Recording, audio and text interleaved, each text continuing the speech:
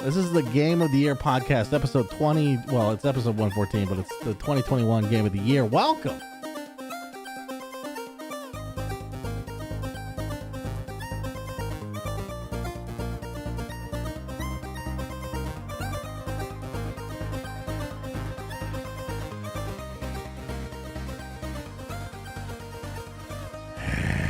Hello, everybody, and welcome to episode 114 of Ignore the Backlog podcast. My name is TheRealPortz, and EvilSpaceBunny's here. Hello. Bunny? I'm here. Hey. Hi. Whoa, hey, how you doing there? Whoa, was that too early? Did I come in too early? I'm whoa, sorry. whoa, hey, hold your horses. It's a one-man show over here. How you doing? You could be a guest on my one-man show. Oh, okay. I didn't realize this was a one-man show. Sure, it's what I've been telling my family. You start doing research for the podcast for 1 week, and you're like, all of a sudden now it's a one-man show. I'm like, oh, this is all you do is spend 4 hours typing? It's fine. Googling things. My job was even things. harder, though, because all you do is search the internet for, you know, knowledge. Trauma? For knowledge. Not even knowledge, just facts that are out there. Uh-huh. I had to search my own psyche for the truth about games. All right? This is the Game of the Year podcast, episode 20. Well, it's episode 114, but it's the 2021 Game of the Year. Welcome, everybody. Welcome, everyone. Welcome. I'm excited. We got a couple people that sent us questions, so thank you to those two individuals we'll name later and ask their questions. If you want to ask questions to the podcast, I mean, I guess you could do it every week, but it was kind of a special thing we did this time. But yeah, we would absolutely take questions every week if people submitted them. Yeah, honestly, it'd be kind of fun. If you want to, add Ignore Backlog on Twitter. Just saying. Yeah, do it. Do it. Do it. Send me a question, and then we can have a serious conversation, or just scream at each other. I'd rather do that. Until then, Bunny.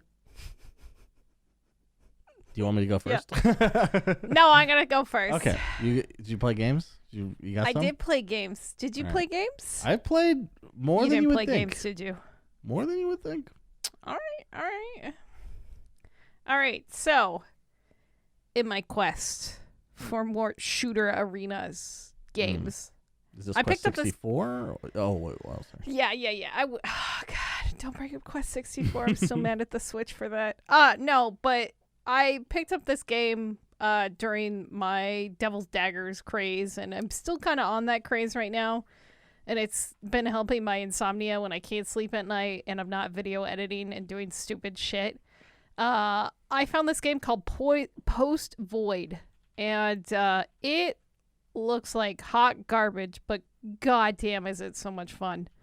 It's so much fucking fun.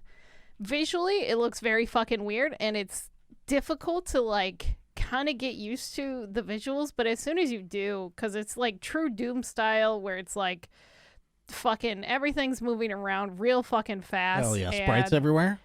Yeah, and it's just like sprites and shit like that, and it's just weird, and as soon as you start getting hit, your screen starts fucking up, so it makes it harder. As soon as you get hit, you're pretty much almost fucked. And it is just so much fun, and it's just super satisfying with this, like, very surreal looking artwork and music. It's like this bright colors and then just like blood and guts and fucking murder everywhere, and you're this crazy dude running around with a head. And it's slowly leaking its life essence. Jesus Christ. So you're on a timer and you're like trying to get through these levels and murder everything as quickly as possible and get to the next level. It's so sad. Just 110% satisfying. So That's good. Cool. I was pleasantly surprised by this game. The next game that I really, really enjoyed this week, that's also new on my list, is Death's Door. I finally picked this up the other day. Oh, the little Raven game. Yeah, by Digital Devolver. Raven or Crow, or what is it? You're a crow. Yeah, you're a crow. You're a reaper of souls, and you're going around collecting souls, and this other asshole crow dragged you into a fucking shit show. But the combat and everything feels so good in this game, and the movement and the fluidity. But the only thing is, this game is very unforgiving. So you have like 4 HP, and you're like, okay, you could do a lot with 4 HP. However, if you get hit, and if you don't recover immediately within like a second, you will get hit again. You're like stun locked? Oh, Jesus. You have, you could literally. So I got stun locked so many times. If I accidentally rolled into a bunch of bad guys, they all hit me. Oh, you're Jesus. fucked. You're dead. Wait, You're there's no iframes for when you get hit? No. Woof. Yeah. So, I mean, you have like maybe 0.5 seconds if you're lucky. But it's usually not enough time. You're usually fucked if you start getting hit a bunch over and over again. Okay. Or like if you roll into a bunch of mobs like I do, and then you just get fucked. Goddamn. But the boss fights are really cool. The music is gorgeous, and the artwork is very cute and quaint. And I'm really digging it. I started playing it on Sunday, and I promised chat that I would play golf with their friends afterwards. I was like, yeah, we'll start at 5. And then somebody's like, hey, when are we starting golf? And I'm like, yeah, 5 Central. And somebody's like, that's in 45 minutes. And I'm like, yeah, we got plenty of time. And somebody's like, it's 15 after. And I'm like, oh, fuck, you're right. So I completely lost track of time with this game, and I haven't done that in a hot minute. That's a good sign. I mean, not for people looking forward to the golf game. Looking forward to golf. It's a good game or it's a good sign for a game to steal your attention away like that. I like that. Yeah, it's been a hot minute since I've had a game. Well, I guess 2 games. Post Void also. I threw 4 hours into this week alone. Spoiler, every game is doing that to me right now, by the way. I am in a gaming golden age right now. It's wonderful. Oh, good. Oh, great. I'm so glad to hear that. Okay. I'm excited. All right, but those are the 2 that I mostly played. I did play some Nux, Umbra, and like a couple others, but it's all stuff that I've been playing for a long time, so. Anyway. Okay. That's cool. Okay. I played Halo Infinite. I've been playing quite a bit of it. I think I'm a little over halfway through the campaign. Oh, wow. And it is an open world game, which means there's lots of extra shit to do, but I don't foresee myself doing it. Fair enough. It doesn't make a good enough case to do the extra stuff to me. There's some like multiplayer bonuses. I don't really care about that. Yeah. I think open world, other than the fact that you travel around with a grapple hook, there's zero reason for it to be open world. It just doesn't justify itself in any fucking way, other than the fact that you can swing around like fucking Spider-Man in a giant fucking 500-pound suit or whatever it is. Fair. How many hours have you sunk into it so far? I don't know. I'm just playing it free through the Xbox thing, so it's, I know, it makes it a lot harder to sell. 8 hours maybe, 10, I don't know. Something like that. Gotcha. I'm playing on Heroic, which is what I've played all the Halos on since I was a child, a wee baby. And this one feels a little harder. Ooh, okay. I don't know. Well, I've never really played a 343 game either, so maybe they balance it a little differently than Bungie did. Because I didn't play 4 or 5. Okay. So, could be that. The story is still bullshit. I like this fake Cortana bullshit. The happy fucking just look at the animation Bunny made last time. You'll understand what I'm talking about. You're like really good. You're like really amazing at this shit. Like literally a quote in the game is Weapon, which is new Cortana's name, comes out and she's just like, wow, you made really quick work of this. Good job, Master Chief. Who is that for? Other than the character itself. No validation. One. You It's need that awful. validation. No one wants it. No one heard that and was like, Validation, you're please. fucking, hey, thank you. Validation, I mean, maybe they please. did, but I did not. It's not how it hit me. Validation, It's please. patronizing is what it is. Validation, please. I'm sorry. Continue. I refuse. Flat out refuse. Fair. I also played. Now this will throw you a little bit. a game called Teamfight Manager. Is that like auto chess? No. What is it like? It's like a sports management sim. Oh, God. But for esports. Oh, God. Which is why I like it. I don't like sports, but put an E in there, I'm like, ooh. Okay. It's like it's got really, scaled back graphics, like pixel style, kind of simple. It feels like surfacey going in, like there's not much depth, but I think there's quite a bit. You actually watch the matches unfold, like with the characters that have graphics and spells and shit like that, but you can't control any of it. So you're yelling at your fucking players to do better as Obviously. they're fighting. It's great. The biggest downfall of my team so far is their ultimate usage timing. And there are instructions, like you can unlock, like once you level up, like, hey, hold back your ultimate. Like use it later. Let them use their ults first. Or use them together if they like synergize in a way.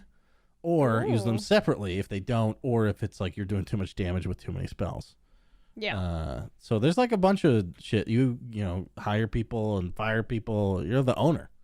So it's kind of cool. We won our first amateur tournament, which was fun. And then we got second place in the semi-pros. And then I have not won a single match in the professional Division 2 that I am promoted to. Because every time you win a league, you get promoted to the next league. Yeah.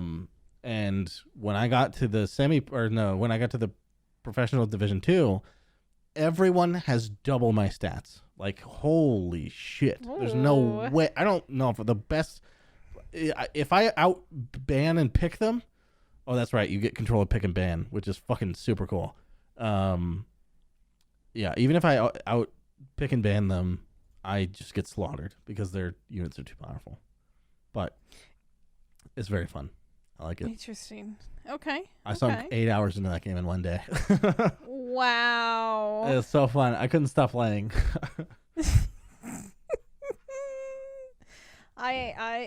Do you ever see yourself actually, when you're an old fogey, turning into an esports coach, yelling and screaming at your players? I don't think I'll ever be a coach because I'm not smart enough. And I don't,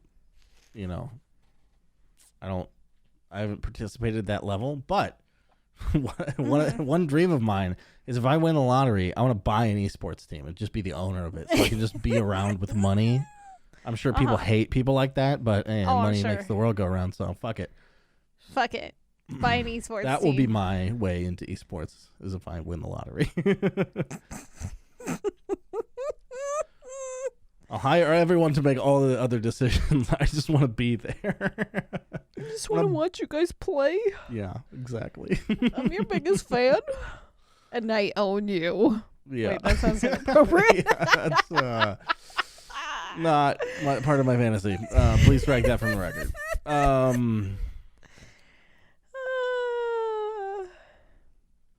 We should move on to an era where a remark like that would make some sense. I also played the Mafia 1 remake. Oh, shit. How was that? It's fucking awesome.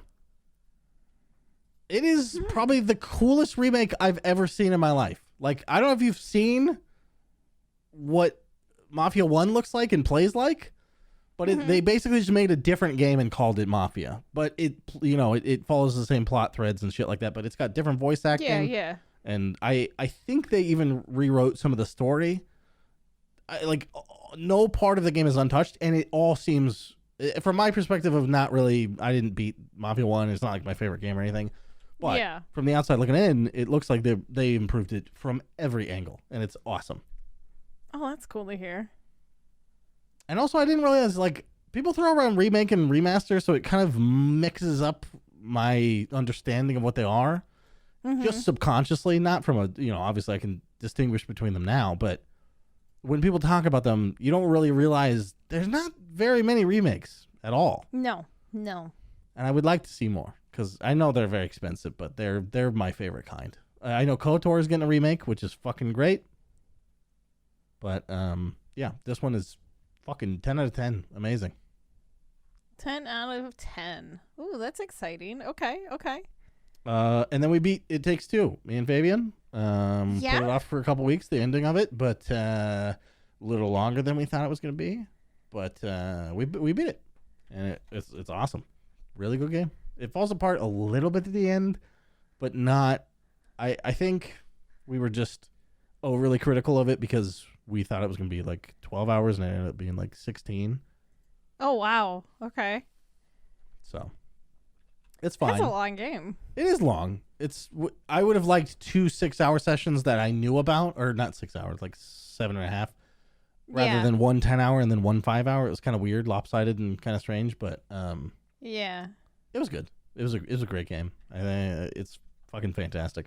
I can't think of a more fun co-op experience that's like designed for 2 players. You know, like not a lot of games are designed for 2 players anymore, and even if they are, they're like kind of tacked on garbage. They just did a great job. Yeah. In terms of like a story mode, you know, survival, like Grounded and Valheim, those are fucking amazing co-op experiences. But it's not like a traditional, like, you go through the campaign together kind of shit. Like, Gears of War does it, but who gives a fuck? Like, it doesn't really matter. It's basically the same if you're there, if someone's there or not. You know, like... You have to have that second person in order to play the game. And they take full advantage of it. Like, the synergy and the competition between the 2 players is so fucking cool.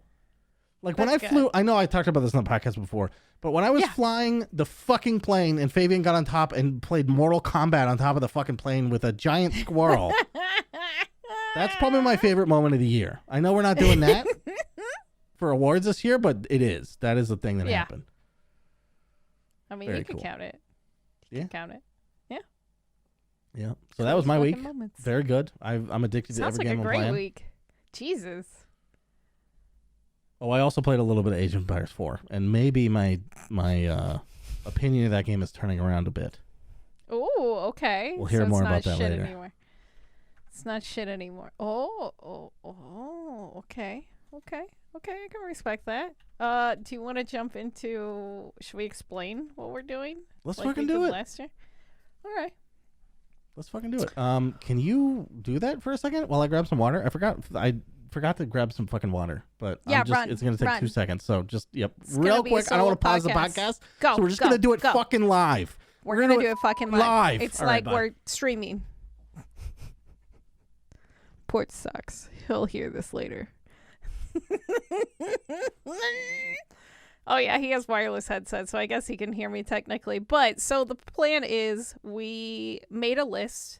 So we're going to go over our favorite things that we've experienced this year. These are games that may not necessarily have come out this year, but these are our favorite games that we experienced. And if you guys have similar opinions, or if you guys thought something is wrong, fuck you. No, I'm kidding.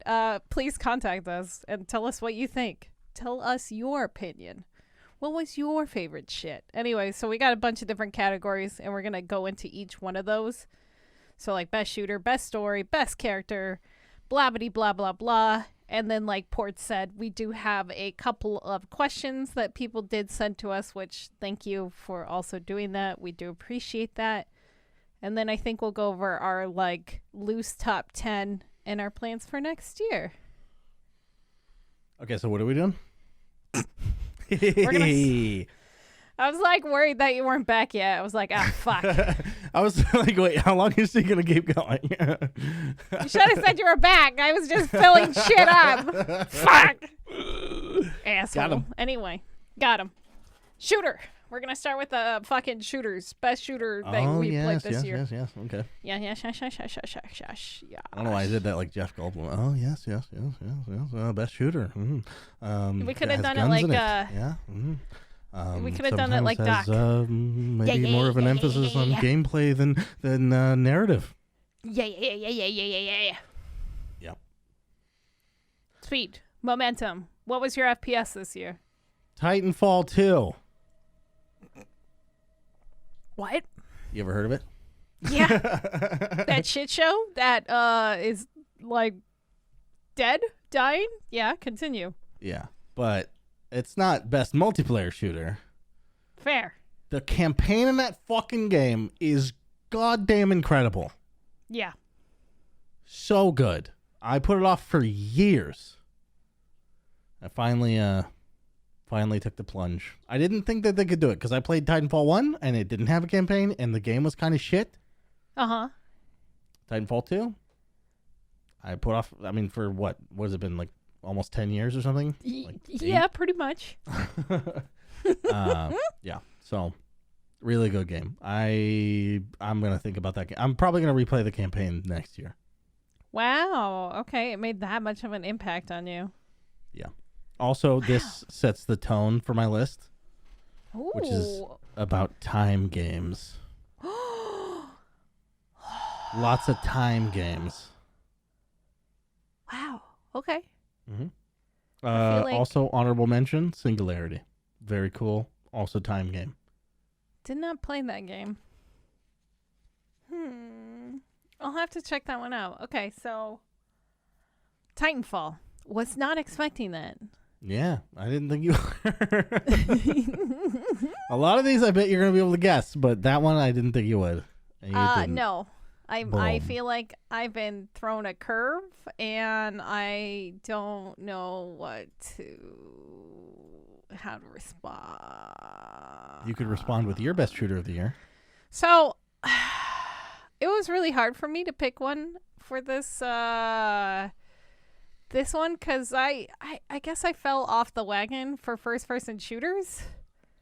But yeah, then I was thinking that too. A lot of the stuff I was thinking about, I was like, oh, that was last year. Fuck. Yeah, I was like, oh, Dusk. Oh, wait, no, I finished that right before the new year. But then I remembered 2 games that I did play. So the first one was Splitgate. So, like, I fell off the FPS wagon after I retired from PUBG. And I did get to play a little bit of Splitgate. And for all what it's worth, it being a free-to-play game and them not selling out and them using, like, their in-game stuff to, like, fund them, they've done a phenomenal job on that game. Absolutely phenomenal. Really? That's cool. Yes. It feels good. The portal system is a lot of fun. It is a fun mechanic. The melee in it is hilarious and also funny. And it feels like a little bit like Portal and Quake had a weird baby. And the guns almost feel kind of like... Is it not Halo-y? It looked kind of Halo-y. Halo. Yeah, I was just going to say, the guns feel almost like Halo 1. Right, so okay. It does feel pretty good for a first-person shooter. Cool. Yeah. The only other one that I can think of... Does it still have an active community? Yeah. Okay. It's still pretty active. I kind of want to play it, but by the time I heard about it, I was like, oh, this has been out for like a while. I don't know. I might be decimated immediately when I get on. I played every once in a blue moon with like Aaron and a few of them. So maybe I'll hop in. It's still there. I'm not going to play golf, but maybe I'll play some Splitgate if that comes back into the... All right. If it comes back into the fold. Is that how you use that word? I don't know. Comes back into the fold? I don't know. Yeah. Something. The only other one that I was going to also talk about later was Devil's Daggers. Oh, baby. I didn't actually play it this year, so it would be a lie if I put it on my list, but should be there. It should be there. I should also play more of it. It's just so addictive. And I think your score is literally half mine, or double better. Double. But yeah. Yeah, so with mine, like, I've had really bad insomnia dealing with my gallbladder issues for the past couple of months because I can't sleep. And so it just makes things harder. So I've been like, that's why I've been doing video editing and stuff like that. That's why we're getting the fun memes. But also at night, I've been playing. For all you do for us. Yeah, for fucking my life over. Not for Bunny's body, but for the podcast. But with that also being said, I've played a lot of Devil's Daggers at night while listening to the Doom soundtrack, and it is just, it's just chef's kiss. Oh, that's a fucking good idea. So perfect. I'm going to write that idea down. And, like, it's led me down a tunnel of, like, finding so many more games of this style, and I've just absolutely fucking fallen in love with this again, all over again. But we'll get more into that later. So the next one we have on the list is Best Story. And I bet you will not guess mine. I don't think I could even attempt to guess yours, to be honest. I guess that's fair. Do you want me to go first? Do it. Until Dawn. Whoa. I played that at the very beginning of last year. I didn't even remember that you did play it. I forgot about it too. Wow. It's one of the few games that I actually put, because I didn't really keep track of all the games that I played this year as well as I did last year. And we said last year we were going to do that better, and we didn't do it We better. didn't. Next year. Steam does, though. Yeah, Steam. But not everything's on Steam. No. So yeah, here's an interesting thing. Ah. I declare before I make it interesting. So that game was pretty well received. It had like a lot of word of mouth. It was popular among streamers and shit. Like, it was really well received. Yeah. Did that create too much hype? Did it affect you? It seems like it didn't, because you're fucking adding it to your best story of the year. Although it was not a good story year. No, it wasn't a good story year. And I think that, like, going over my list this year compared to last year, this year definitely sucked for games. Even though I have a backlog, and I should be playing that backlog. But with that being you said, are. Until Dawn didn't come out this year, so, I mean, it counts. But no, that's true. That's true. It is a PlayStation game, so that makes it a lot harder for me to actually want to play it, because I have to go into my living room and leave my room. I have the Uncharted collection in my living room, and 2 devices I can play it on. And I want to. Really bad. But then I saw it's coming next year to Steam, and I'm like, well, that's where I'm playing it. Fuck it. Fuck it. I'll just give them more money. Here you go, Sony. But I don't think the hype for it, like, I hadn't seen too much of this game before everything. And, like, I usually don't watch story-driven streamers, except for, like, you and CK are the only people that I would watch that do story-driven games like this. And I think the only games... Like, I did watch you guys play part of Little Hope together. Oh, and such a good game. That's the only one we have to finish. So me and my roommates have been playing through all the other ones. And we played Until Dawn together. And it was just so fucking good and well written. And, like, honestly, it kept me on my toes. Yeah, I beat that game felt like a poor shadow of Until Dawn, didn't it? Right? That one sucked. Yeah, it wasn't as good. It wasn't as good at all. And I know the new one just came out, they drift enough in a different direction that it doesn't feel anything like those, and it's great. I love it.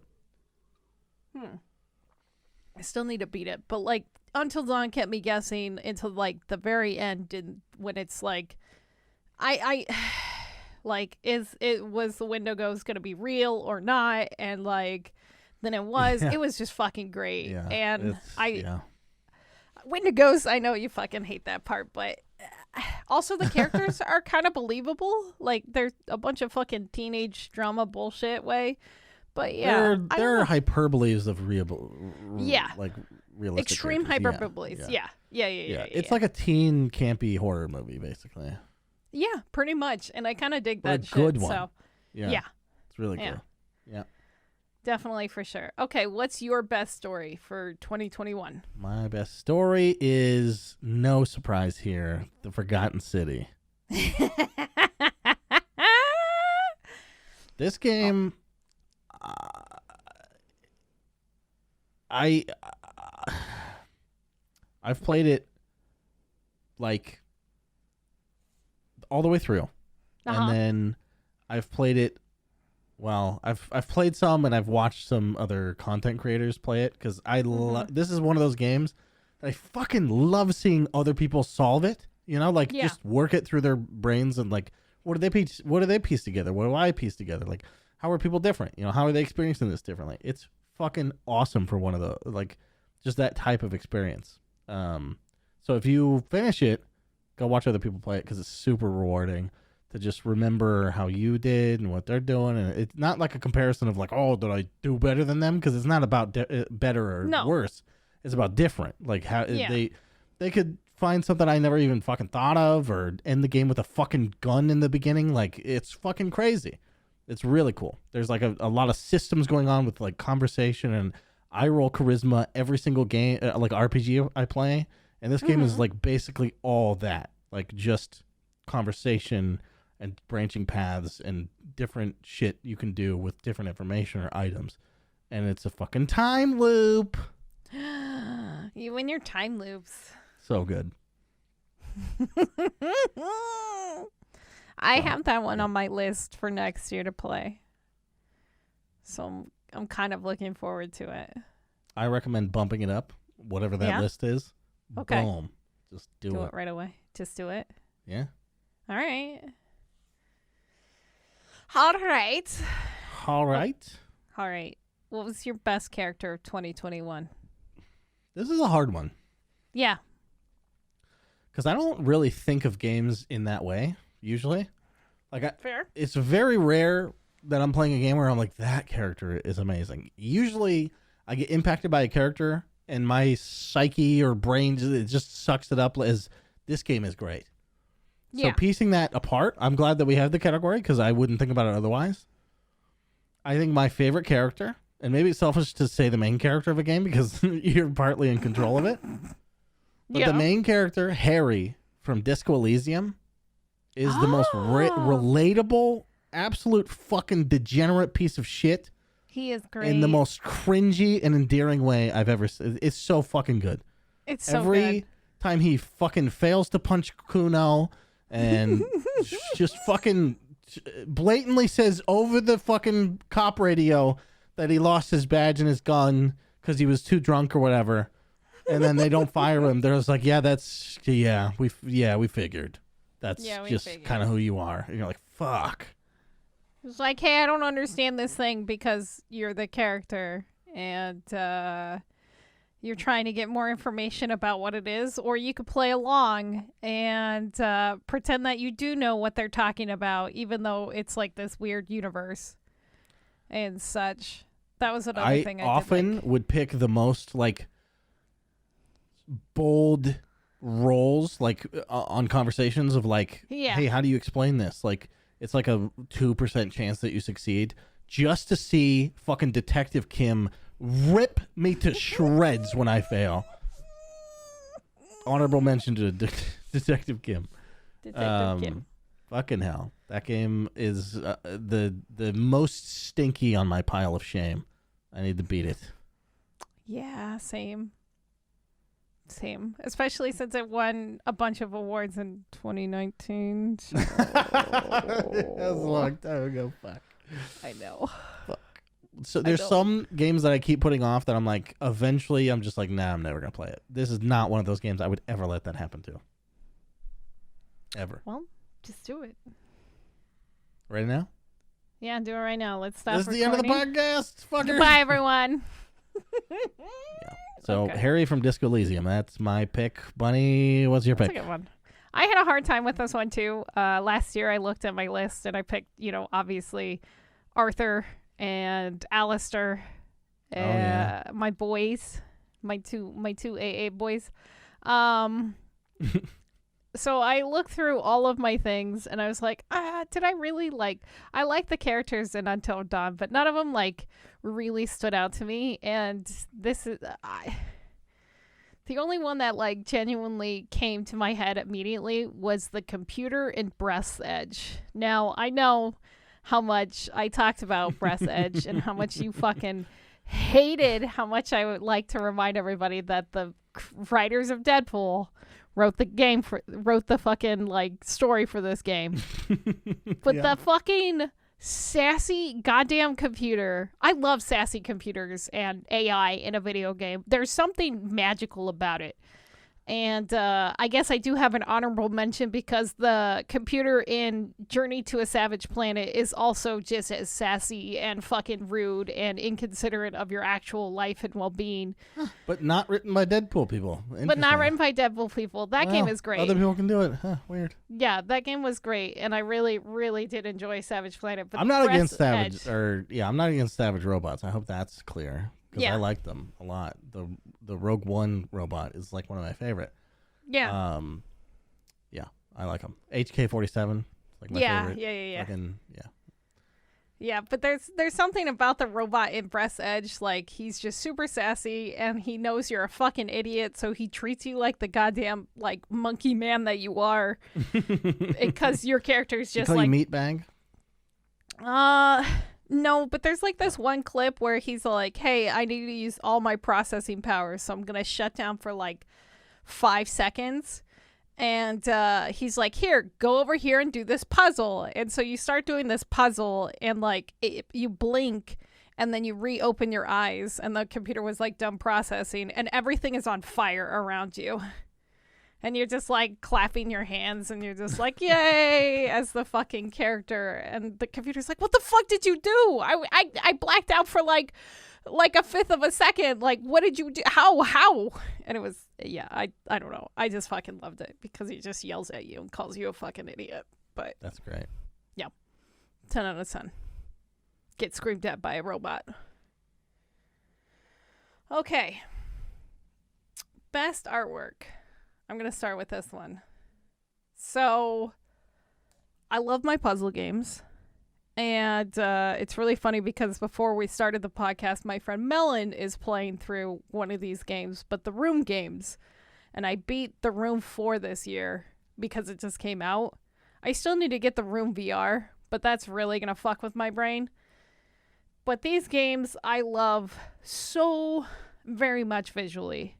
You go into like a room, and then you slowly have to solve the puzzle, and you go like further into the room, and like everything about the puzzle is like super intricate, and like you like interact with like the objects in the room, like spinning levers and like twisting knobs and pushing buttons and stuff like that. But it's so utterly gorgeous. It's like a fancy rich person's like over eccentric mansion, and everything is shiny as fuck. Maybe it's appealing to my goldfish brain. Yeah, my like perception of this game was it was like a kind of okay looking like Sherlock Holmes type art style. It is very much Sherlock Holmes, and I don't know what it is, but I love the aesthetic of this game. All right. Absolutely. This is my wrench. I what the fuck? I didn't know this was coming. I knew you played these games, but I would never put them in this category. That's crazy. I don't know. I really like it. I really think they're gorgeous. And hey, we're all different. We're all making this planet together. You know what I mean?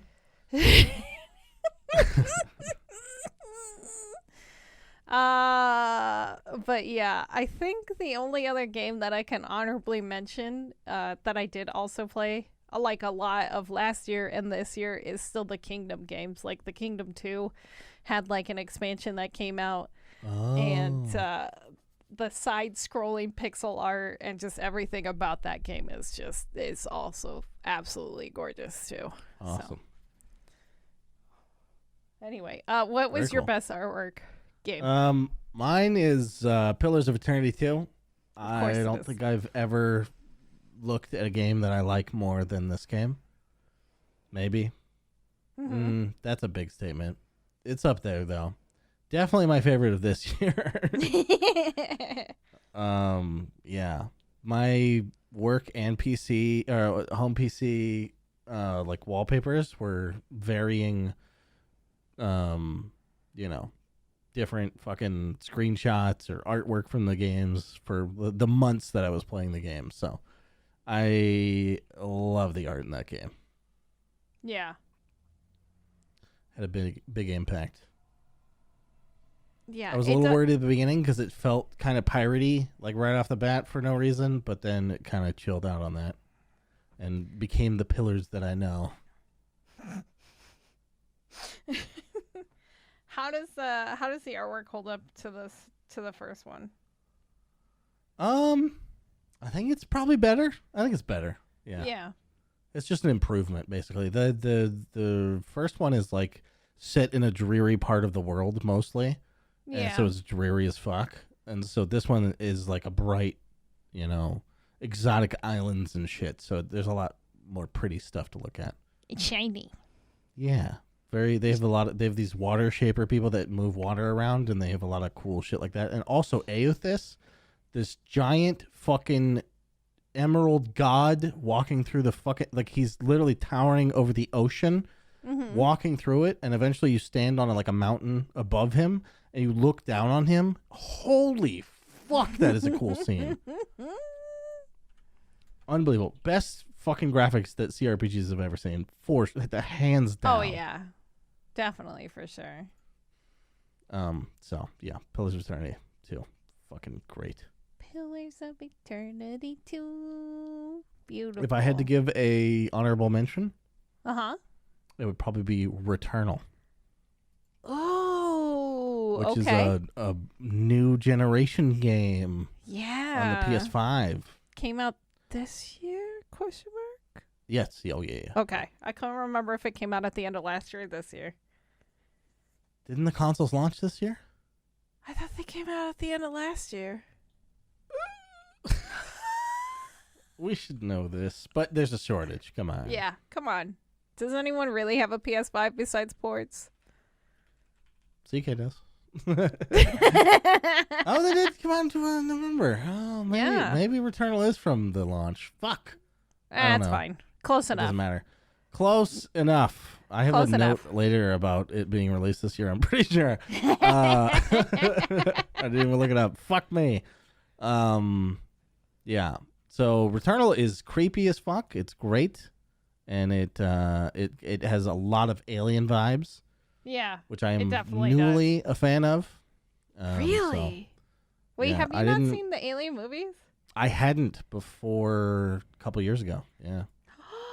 Oh, I love those. I've only seen 2 of them now. Also, to save you, it was delayed to the April of this 2021. So yeah, yes! Woo! All right, good. But yeah, it is. Holy shit! The enemy design and stuff. It's fucking. Yeah. Really, really. It's the only reason why I'd want a PlayStation 5, honestly, is for Returnal. It was a big reason for me too, to be honest with you. Yeah, it's good. Shit. So when I'm coming out there, can I? Absolutely, you can. Yeah. Sweet. Yes. We'll get drunk and we'll play Returnal and scream at each other. Hell It'll be great. yeah. It'll be like the old times. What we've been doing, me and Fabian, is just like trading off deaths. Oh, it's awesome. It's really fun for that. That's cool. Yeah, for sure. And by the way, we were talking about how I'm not playing, Uncharted with my consoles and shit. That game made me plug in and play my console. It's fucking great. Okay. And the fact that it's, next generation shit, but, Next gen. So good. Perfect. Beautiful. All right. So, best music. Ooh. Can I go first? Because it's real similar to the last one. Pillars of Eternity 2, baby! I have developed a little bit of an obsession, just an eensy-weensy little one, with tavern music. And it's because of this game. Oh, okay. There's 2 tracks. They're so good, but this one's called The Sea and Her Love. And fuck me every time it plays. I just stop everything I'm doing. I don't leave the tavern until it's over, which is like 2 minutes. It's 2.5 minutes of me just sitting there. 2.5 minutes. It's like when you pull up to wherever you're going in your car and your jam comes on the radio and you just hang out in your car and you just blast it and everybody's looking at you like you're in the parking lot of a Walmart and you're like disheveled and disorganized. You're late for a job interview Walmart. And they're like tapping on their watch like, what the fuck? And you're like, one second, just... It's like when Dwight does the thing before a sales call. Or before a sales. Yeah. He's listening to the Doom soundtrack. I'm just listening to the very soothing tavern music from Pillars of Eternity 2. Which, to be honest, makes a little more sense. Yeah, fair enough. All right, that's it. So that's mine. What you got? So it's funny because I mentioned this game at the very end of last year and the very last podcast, which was I started playing it called Superliminal, and I didn't beat it until the following year. This has the piano music in it, right? Yes. I listened to some of it. 10 out of 10. Very good, yeah. Is so good that I still listen to it all the time when I'm at work. It is like my work music, and it helps me like focus. I don't know what the fuck it is about that music that is just super soothing and focusing, and I just absolutely love it. I don't listen to anything while I'm video editing and stuff like that because I'm trying to listen to everything else in the thing. But if I could listen to music and video edit at the same time, it would definitely be the soundtrack from Superliminal. It's just awesome. So elegant, and like I love video game music, obviously. Like The Messenger, I listened to for a long time, but I don't think I'll go and occasionally listen to it, but I don't think I listened to it nearly as much to where it showed up in my fucking Spotify rap. Yeah. Yeah, and like that's cool. My rap is I need usually to start using Spotify more so I see that shit. Yeah, my rap is usually destroyed by Harris Heller because I listen to the stream beats and stuff like that, but somehow Superliminal also showed up in there, and I was like, oh fuck, I listen to that quite a lot. So yeah, I just absolutely divine, beautiful music. Even if you don't ever play the game and you don't like puzzle games, definitely go listen to the fucking music from the game. Yes, agreed. As someone who's never played the game, yeah. Sign off. Good. With that being said, we'll go into the next segment, and this kind of leads me into the next one, which is best games that made you have feelings. And mine obviously goes to Superliminal. And the thing about Superliminal is it is a puzzle game, and it does have a lot of nods to Portal, and it kind of goes into that effect where when you're in life and you're struggling, you sometimes put yourself into like a catatonic state, like when you're depressed and you kind of like just zone out and you like leave your, how do I put this? Like when most people don't deal with this stuff, but like when you have really bad depression, you kind of just feel like you're in a fog and you're just moving along and you just feel like a shell kind of going, and then you just kind of travel in your own head and your own thoughts. And that's kind of what this game is about, is being stuck in these weird loops. And you're constantly trying to get out of these loops. They're not time loops per se. Well, I guess they kind of are, in a sense. Time loops. The year of the time loops. Remember Year of Luigi? This is Year of the time loops. Time loops. Next year is Space Horny. 2022 I think Space it is, Horny. actually, yeah. 2022 Space Horny. But like the doctor is like, because you're unconscious and they're running all these simulations in your head. Wait, what game is this? Superliminal. What? Yeah. Oh, I didn't know that you were unconscious and there's a doctor. Kind of. I had no idea about any of so that like shit. they're like telling you to wake up, and they're begging for you to wake up and get out of it and like at the end it starts getting really dark and kind of scary, and like there is like, if you do listen to some of the soundtrack, there are some like weirder songs that are kind of scary sounding and like really dark, but it's not what I was expecting from a puzzle game, and it was just so well done. It's just I love that game so much, and I can't stop recommending it. So whenever somebody's like, I like puzzle games, go fucking play Superliminal. But yeah. What was your game that made you have feelings? Well, now that you are talking about yours, I realize yours, the music and the emotion go hand in hand. A little bit, yeah, for me. It makes sense to me. Mm-hmm. I'm reevaluating. I think mine might be Pillars of Eternity too. That's fair. I was gonna say, and this is my honorable mention now, which is Mass Effect Legendary Edition. Oh, okay. Because just the nostalgia and the love and the hate between characters, like love. That is still a feel. Like that's still a feel going into it. For sure it is. Stuff. But I want to lower that a little bit because it's like Mass Effect. Jesus fuck, I've talked about it, ad nauseum. Mm-hmm. But also I think I felt a little more stronger about Pillars of Eternity 2 because I fell in love with the character. I mean, not really, but my character did.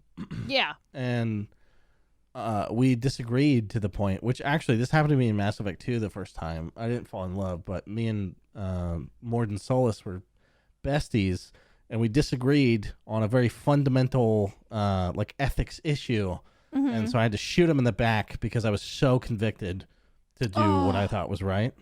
Oh. So that didn't happen this year because I haven't played 3 yet. But Pillars of Eternity 2, a similar thing happened where I backed a faction that the person I was pursuing that I really liked. Like, it was my favorite character in the game. Yeah. And she literally, like, ultimatum, can't do it. It's either that or me. I was like, well, I hope we don't kill each other, basically, and then walk away. And I was like, fuck. Yeah, so that heartbreak. that sucked. Yeah. Oh, you got broken up by your video game girlfriend, just like Alice. Hey, I left her. Okay, I was like, I'm gonna do this, and then she was like, nah, you're not doing that. I was like, well, then bye. Okay, I guess you kind of. She would have said bye if I had been like, well, please, but I said it first, so that I feel good about it. You feel good about terrible. You feel good about it. The only other one that I think I can give an honorable mention for in this category, and you probably are going to feel the same way, is 12 minutes. Icky feelings, yeah. Yeah, exactly. Not like good feelings like, oh God, no. Terrible, yeah. Icky feelings. Yes, 100%. If you know, you know. Icky feelings. Okay, so what was your best action game? Half-Life Alyx, baby. You still need to fucking beat it, you goddamn traitor. I didn't beat it. My next note on this is it's also real big stinker on my pile of shame. Last Game of the Year episode I listened to today for prep for this, but I said that I was looking forward to getting VR to play it. I thought I would play it in one fucking week, basically. Yeah. That did not happen. No. But it's out there. VR is a pain in the ass to set up, okay? It's a pain in the ass to set up. Yeah, I have to put away my bed every time I do VR. Yeah, it's rough. Yeah. I have to move a coffee table, plus whatever garbage we have on the floor. Well, move the garbage. It's tough. Tell the cats to move. That's even tougher. They like to fuck with your feet while you're doing it. It's so annoying. Yeah, I'm lucky that Pooper just watches me awkwardly from the corner of the room because he knows better. I pull out this like yoga mat thing so that it's like nicer on my feet. Oh yeah, that's a good idea. And they love to sit on that, so they hoard that shit. So. Get them their own yoga mat, and then they'll fuck with that. They like the one next to the person that they like. What can I do? They like you. One of them does, yeah. Cute. Okay. Half-Life Alyx. You better fucking beat it next year. My God. Oh, yeah, absolutely. Yeah. Yep. Specifically, though, I want to call out the active reloading and, flinging shit around. Holy shit. Pulling back from your shoulder. It's such a, if you told me that on paper, you pull it from your shoulder, whatever. Yeah, it's VR. Yeah. But actually doing it is so stressful in combat. Oh, God, Holy fuck. I would accidentally fucking drop my clips all the time and then fucking be crawling around on the ground and be like, fuck. And then I'm trying to slam it in there. And then I'm like, because I played it on hard. Like a fucking idiot. And I'm like, shit. Crazy. And I'm like, oh, God. That was the best advice you ever gave me, was just play on play it on easy. Difficulty. Yeah, play it on easy. Because even on that difficulty, I'm like, woof. I mean, I don't die very often, but I do have to be careful. Also, it is my first it was my first VR game, so yeah, I mean, I think it was mine too, besides Beat Saber and that fucking job simulator one. No, I didn't play. You didn't play that? Oh, no. Okay. I did get Accounting and Accounting Plus, which are also VR, and I still need to play those. But shit, VR chat. But VR chat doesn't count, so. Yeah, no, it doesn't. Doesn't even count for human interaction. It's just a bunch of degens. I would know. Mm-hmm. Okay, so that was your best action game. That was mine. What was yours? This one was so hard for me because it's tough because it's kind of a nebulous. There's so many games that we play. There's so many games. The one I ultimately ended up settling on was Eldest Souls. this was the game that I started speedrunning and becoming obsessed with speedrunning because the combat felt really fucking good for an over-the-shoulder, like, and it's just boss fights, which is probably my favorite thing. The thing I hate about Dark Souls is all the fucking junk along the way to the boss. I don't fucking want to deal with that. 100% agree with you. I don't want to deal with that shit. If Dark Souls was just bosses, I would fucking love it.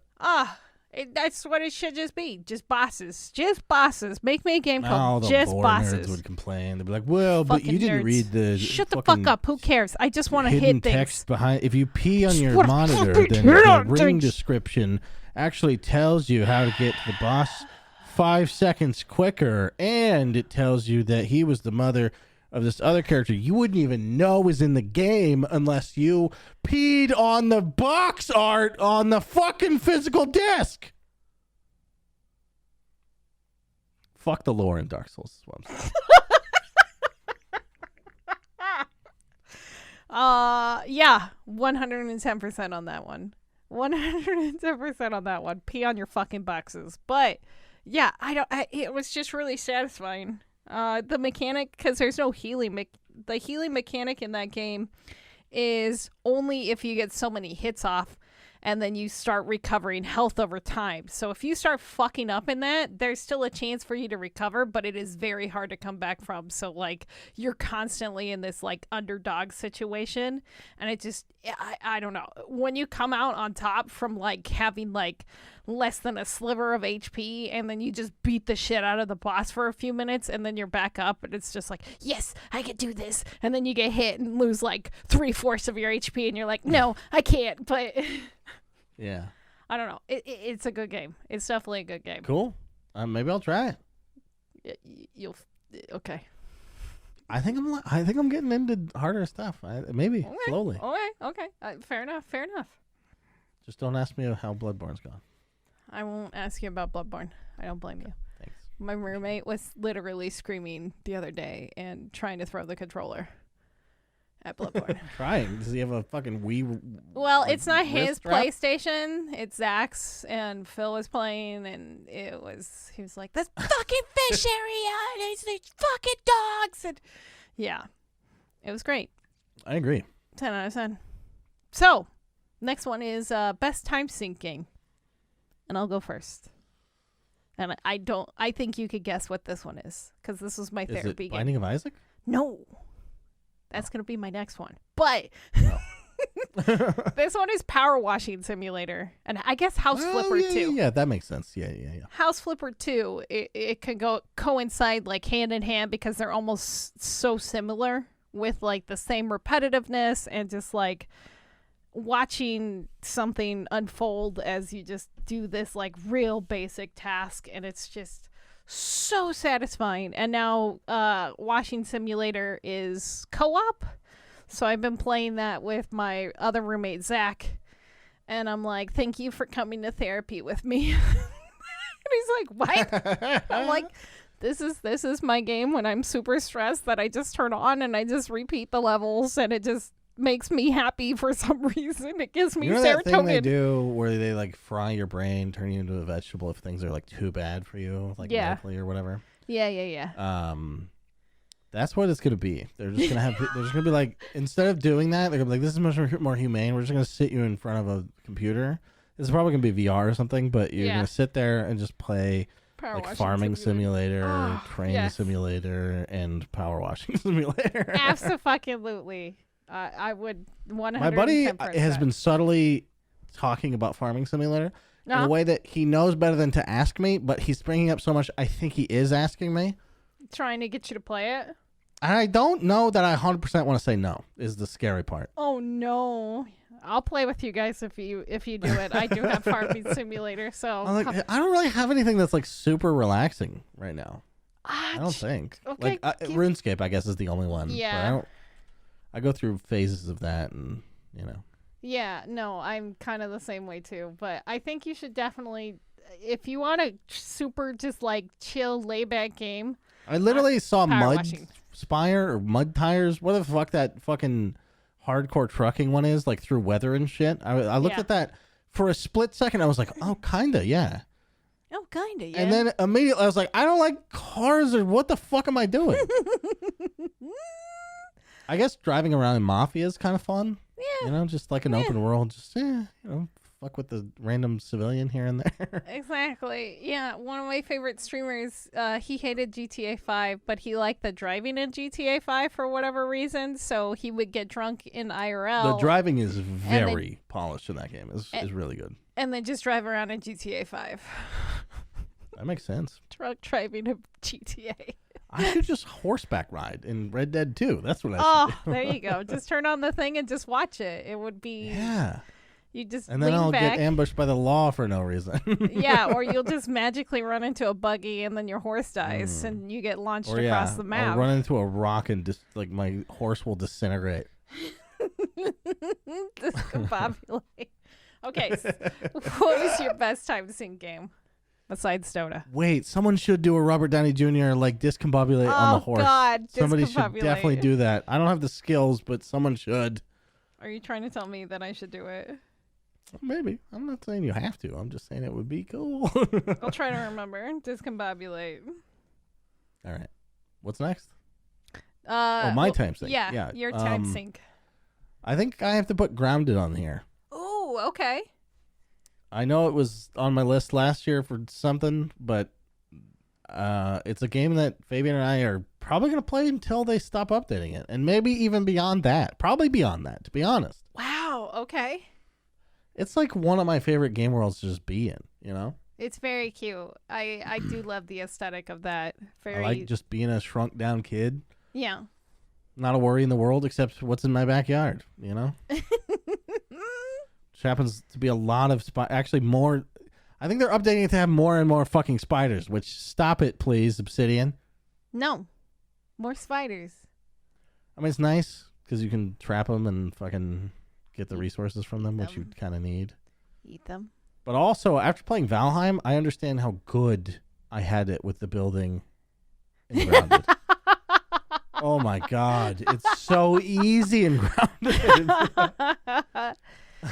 And more aesthetically pleasing. It's just, God, it's such a good game. Yeah. But yeah, I mean, we played, I'm probably 7 Saturdays this year. Just like the whole day was dedicated to Grounded. Oh, wow. Okay. Jesus. We fucking love that game. I'm glad you're getting into that genre. It's a new one for you for sure. Absolutely. It definitely is. And Grounded's to blame, you know? Yeah. And then Valheim came along, and it's going great. I told you. There's definitely some that I don't like, but I'm just shocked I even like the genre, you know? I mean, it is kind of niche. You just have to find the right one, honestly, at the end of the day. Yeah. For sure. And sometimes you just need the right one to get you in the door, you know? Because like Valheim, I don't think I would have liked right away if I didn't have the foundation of Grounded, you know? Yeah, that's definitely true. I think because like I mostly played 7 Days to Die, and that was like my experience with survival games, and I didn't really like building until I started playing more and more Minecraft, and I got more into Minecraft, and that helped me like I'm like, oh, I can make things pretty. I like this. I don't know. Yeah. That's cool. That's just me. So the next one is best games that made you rage. Besides Dota. It's Bloodborne. It was Bloodborne. Like we all know it. Anyone who was on my stream knows it. I was waiting for it. My buddy messaged me after that, and he was like, you held it together pretty good, actually. And I was like, yeah, because I'm on stream, dude. Like, I'm not trying to be a fucking lunatic. I don't know how to rage for content, other than on the podcast, apparently. On stream, I just feel like such a fucking psychopath. Loser. Yeah. If I just like freak out, I'm like, God, it's just a game. Like, shut the fuck up. But yeah. So it's tough. I think I would like this game a lot more if I wasn't streaming it. But also, it feels like such a waste if I'm not streaming it. Yeah, I understand that feeling. I've started like reserving some games for specifically no content to be made or no stream at all. Ooh, So I that's like that. I don't have that problem though. I just like Yeah. play all the best games, and I'm not streaming except Bloodborne, because I just have that weird thought in my mind. Because you're a lunatic and you're a raging lunatic. I'm a raging lunatic, yeah. Fair enough. Because I'm afraid of what I would do to my neighbors if I played it offline. You know Oh, what I'm saying? God. Absolutely. Absolutely. Okay. So for me, my best game that made me rage is definitely Binding of Isaac. I don't know what the fuck is wrong with me when I play this game. Rage at that game? Oh, I don't really know 120%. what it's like. I'll have like a good run and I feel like it's going good and everything's going my way, and then I'll get in a room and I'll just get fucked over and Yeah. over again. And then when you start Returnal's like that. If I had to give an honorable mention, it's exactly the way you're describing. I Where you have a put great run. You're like, oh, I'm good at the game now. And then you have 2 runs that end almost immediately, like in the first room. And you're like, what the fuck? what the fuck am I even doing? And yeah, like I'll just have like a really good run and then I'm feeling really good. Like I feel like Binding of Isaac's like, oh, you haven't played in a week. Let me give you a really nice, easy run and you're going to feel good about yourself. And then you're going to fucking streak. You're going to have like a 19 loss streak in a row and you're going to fucking hate yourself. And so, yeah, I have 4. I bought that game again at the beginning of this year because I had it on, I forgot what platform I had it on that I was playing it on before, but I bought it at the beginning of this year on Steam specifically. I put 400 hours into it. Oh, my fucking God. Yeah. Yep. Jesus. Man. Wow. Yep. So. That's wild. Yep. Absolutely. You know, I say I like the genre, Yeah. but, well, not the combat style in that game, but just roguelites. Mm-hmm. But, I've never put more than like 60 hours in one. Yeah. Damn. It's been a long time since I put a lot of hours into this game, and it's just such a Oh, good yeah. time. I guess this could also be my time sink too, but no. It's definitely the one that makes me mad. Yeah. Yeah. All right. So, what was your best horror game that you played this year? Did you play any horror games? You know, I looked and looked. Returnal is the only one that fits, but it does fit pretty well. Yeah, I can agree with that. The visuals are creepy as fuck, and the enemy design, not just how they look, which is creepy, but the way that they fucking attack you is a piece of shit. Like, there's this banshee-looking fucking thing, but it's like, I don't know. It's hard to see. Like, it's so nebulous that you can see what it is, but you can't. You know what I mean? Uh-huh. They did a fucking great job with the enemy design. Just being creepy as fuck. And the environment is all like creepy trees and creepy fucking alien glyphs and fucking shit. Yeah. It's great. Yep. That's good. Okay. And you're like solving a horror mystery. It's cool. Yeah. I want to play that game so fucking bad. Okay, the best horror game that I played this year scared me so bad that I don't know when I'll finish it. So this is on my big steamy pile. What? It's Summer of 58, dude. It was so scary. And it would get me Holy so fuck. bad that I would have to wander off for like 20 minutes and go pet pooper and try to like calm the fuck down because it would just get me and scream and I fucking would cry and yeah. So, fuck. I forgot that developer's name off the top of my head, but he's the one that was like, he got fucked over by a bunch of returns because his game is under 2 hours. Yeah. He was Twitter famous. Yeah. He went viral because of that, and so I bought the game because of that. And yeah, fuck you. That game, fuck you. I take it all back. Fuck you. It's scary. Okay, so what was the best game that made you cringe? It breaks my heart to say this Do it. because I love the game so much. Say it. But It Takes Two. I knew it. Hakeem the Book is the worst character. If we had a worst character category, he would be on it 11 times. Terrible. Not only is it, I'm pretty sure it's racist because it's voiced by a white guy, but also, Yeah. it's cringy as fuck. Like his lines are just terrible. He's always gyrating and oh god, I hate it. Hate it. Oof. Yeah. Yeah, he does seem like a fucking creepy creeper. Very creepy. Okay. I can. Always talking about gyrating. Ugh. He probably works on Activision now. He's the one who stole the breast milk. Oh no! He fucking would, and that's why he's gyrating. But so my game that made me cringe, another game that I beat at the beginning of the year, Green fucking Hell. That game has Green Hell. Yeah, That's the survival game, right? Yep. Okay. So I played through the story of the survival game. The survival game and like the crafting is actually really good. It is complex. I would say that it's more complex than even the Forest crafting system. It's very similar to the Forest. However, the main character in the game and the story-driven part behind everything, he is the whiniest motherfucker who needs so much validation from his wife, who, spoiler alert, is dead the entire time. So you're hallucinating. Yeah, he needs weapon from Halo Infinite. He needs weapon from Halo Infinite being like, because like, yeah, he's talking to his dead wife the entire time on the comms that isn't working. And she's super reassuring and stuff the entire time. And I'm like, this guy's wife, why is she putting up with this fucking giant man-child? And it's like, oh, she's dead. He's just imagining all this. Spoilers. Jesus. Yeah. Maybe that was the next one I was going to play, you fuck. Don't. Actually, if you do, play it just on the multiplayer, like survival and not the story. Oh, okay. So, the new category I did add was best multiplayer game.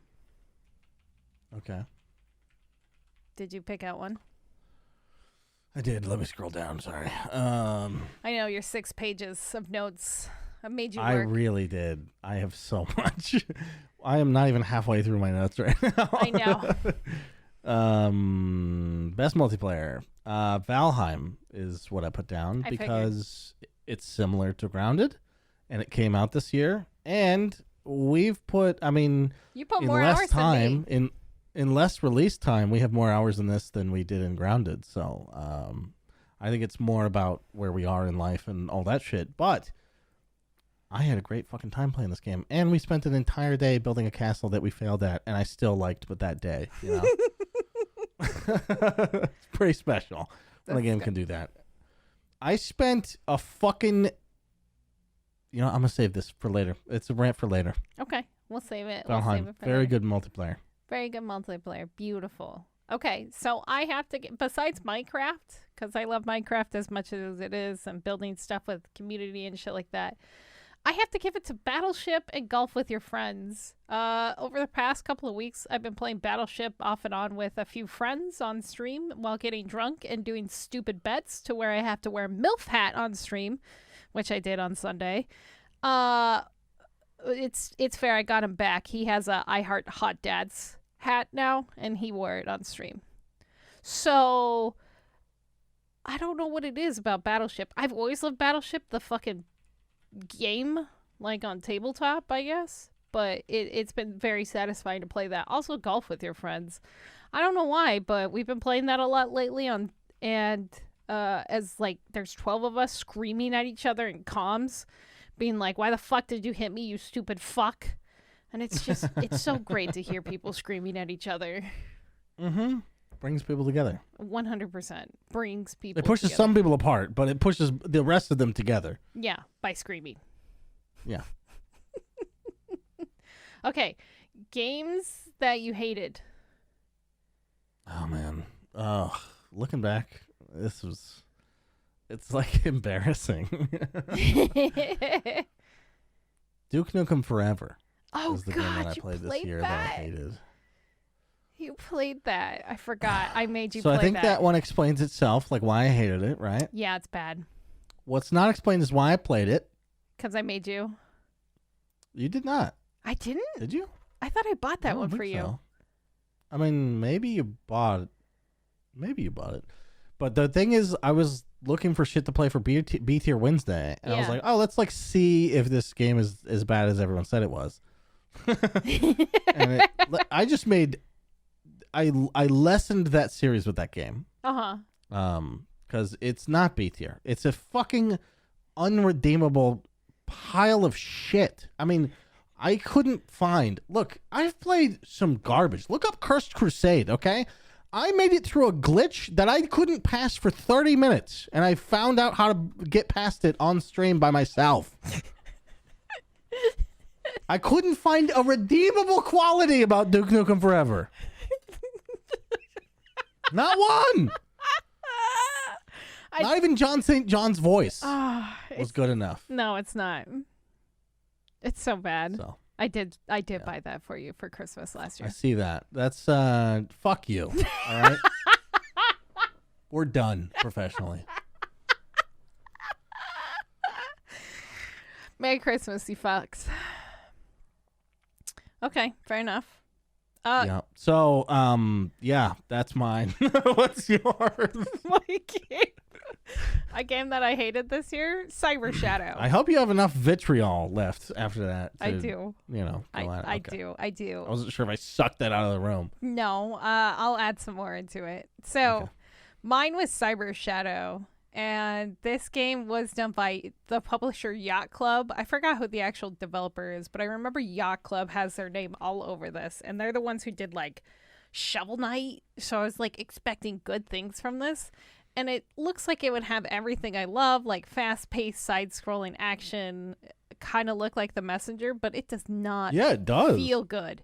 It felt horrible, and it felt clunky, and I Wait, the reviews hated are it. very positive. I Who's know. doing this? I don't know. Fucking psychopaths. Okay. It doesn't feel. They're like, oh, it's like Ninja Gaiden. It feels nothing like fucking Ninja Gaiden. I went and Wow. I went and emulated Ninja Gaiden after putting 8 hours into that fucking game. I don't know. FCO.Alejandro.Aguilar says, great retro game that punishes you, but also is very rewarding once you get the hang of it. Maybe you didn't get the hang of it, Bunny. In 8 hours, if I didn't get the fucking hang of that game, no. It felt bad. It's just felt true. bad. That's like more hours than most of these people reviewing have. I fucking hated the feeling of that game. And like, it's supposed to be like 9 or 10 hours, and I just couldn't bring myself to finish it. I literally could not. Holy shit. Yeah. Yeah. Okay. Damn. Yep. So I think All right. the next one is games that everyone hated that you loved. Right? Yes. Okay. Everyone else hated, but you loved. Yes. Okay. What's yours? So I'm gonna say this, and it's maybe doesn't fit quite right. It's Yeah, like a mine square doesn't- peg in a circle hole. But Yeah. the thing is, 12 minutes. Everyone hated It does have a mostly positive. It's not very positive or overwhelmingly Yeah. positive. It's mostly, Yeah. and everyone I know fucking hated it. So And all the people I tried to watch stream it absolutely did not have a good time with it. interesting. Which is weird because I played it twice and I liked it. But yeah, I really like this game, and it feels like the consensus was like, I don't know if I'll finish it, Yeah. and that was sucky. I didn't like that. Feels bad. Yeah, So time loopy. I time love loopy. it. Time loops. Time loopy. So mine's kind of a similar situation. Mine is Call of Cthulhu. A lot of Call of Cthulhu. Call of Cthulhu. Yeah, so Everyone did kind of hate that game, didn't a they? lot of my friends were like, yeah, it's bad, it's bad, it's bad. And I- I will say I this. did. I will say this Okay. about it. Mm-hmm. Yep. The ending sucks. But the rest of the Yeah. game, Oh yeah. utterly amazing. The aesthetic, the It feel, is great, right? visually, everything about this game is 110% Wonderful. great. And out of the Cthulhu type games you get, like, how could you complain with this? It's just the That was ending. my thing. The ending falls apart, and so many people Who hated cares? on it. All video game endings suck. Yeah. Fuck off. Fair. Yeah. yeah. I agree 100%. I'm so glad this is your pick. I'm so excited it's your pick. Yeah, it's I loved everything I about did it. a podcast back in the day when this was coming out called Be Right Back. Yeah.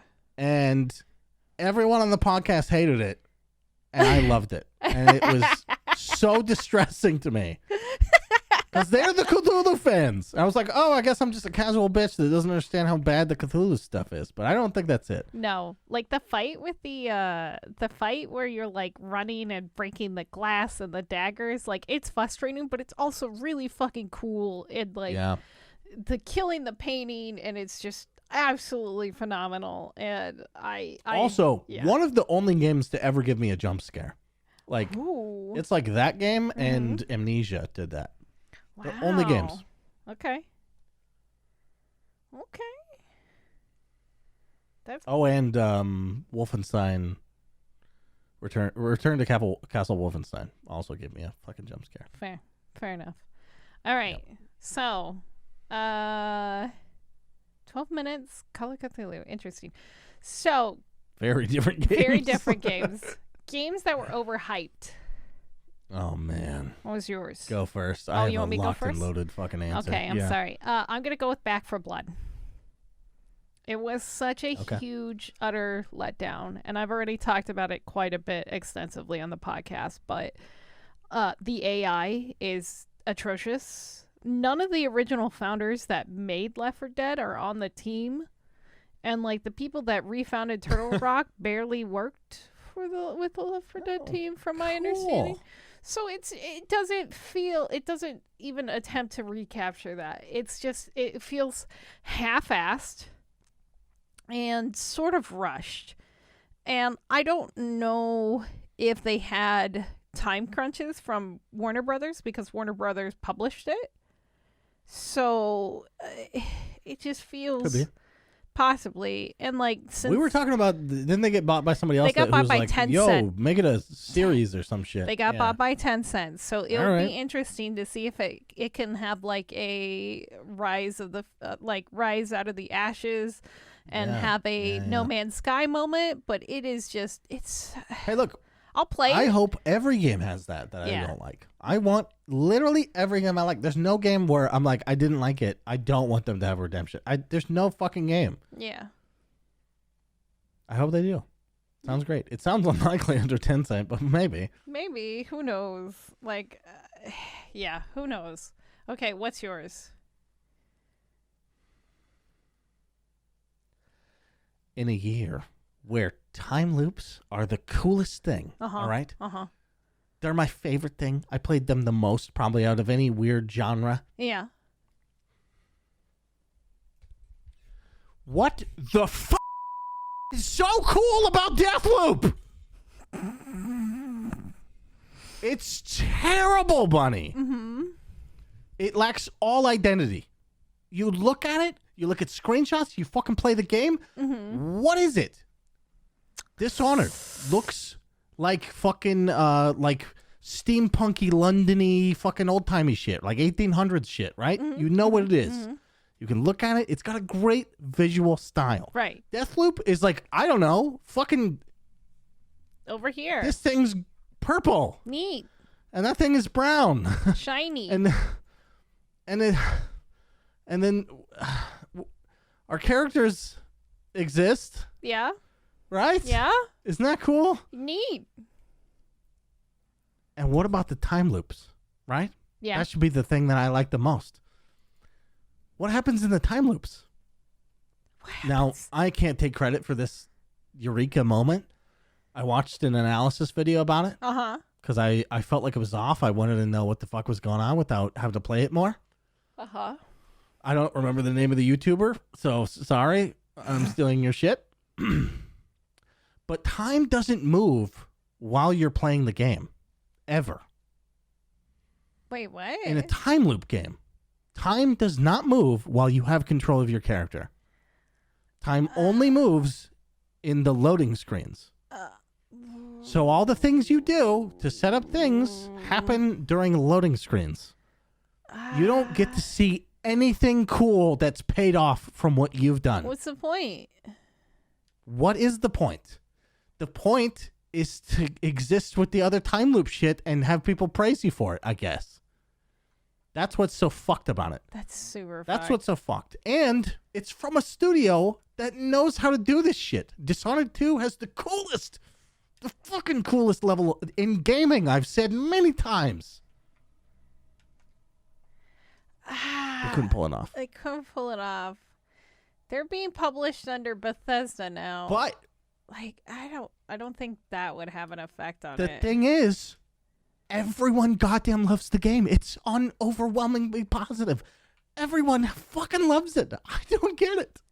I'm sorry. It's overhyped. Overhyped. Fuck that shit. I think they won an award or they were nominated for voice acting. Go listen to that shit. Well, listen to it. They didn't win that one. What's her face won it? Maggie, who did Dami Mommy from Resident Evil. Which just proves it's a popularity contest, which is fine. Hey. Popular people can be good at things. She did a great job. The problem is, it's objectively fucking dog shit in this game. And it's not the voice actor's fault, obviously.